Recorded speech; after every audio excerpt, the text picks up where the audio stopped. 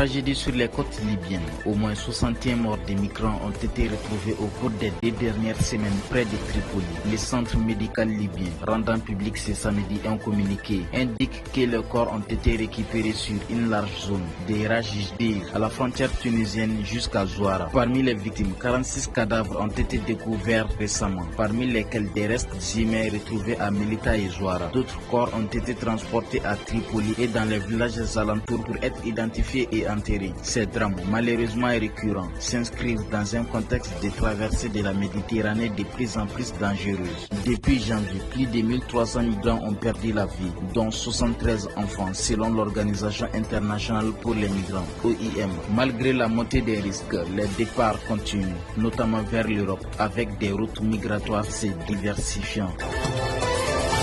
Le 14 octobre pourrait marquer le début d'une nouvelle ère pour le Proche-Orient, après la libération des derniers otages israéliens et le retour des centaines de détenus palestiniens. Un cessez-le-feu dans la bande de Gaza ouvre la voie à ce qui est présenté comme un jour d'après à Sharm el-Sheikh en Égypte. Dirigeants et organisations internationales se sont réunis pour préparer la phase D de Donald Trump. Sur place, le président américain n'a pas caché sa satisfaction. Ensemble, nous avons accompli l'impossible. Enfin, la paix au Moyen-Orient, a-t-il déclaré, se félicitant des progrès réalisés. Il a même assuré que la 3e guerre mondiale n'éclaterait pas au Proche-Orient, un scénario qu'il a mis en échec grâce à son intervention. Le plan, désormais en phase de mise en œuvre, se concentrera sur 3 priorités majeures: l'aide humanitaire, la gouvernance future de Gaza avec un conseil palestinien apolitique et la sécurisation de la région, y compris le désarmement du Hamas. Au final, ce sommet réunit des pays qui, pour la majorité, soutiennent une solution à 2 États.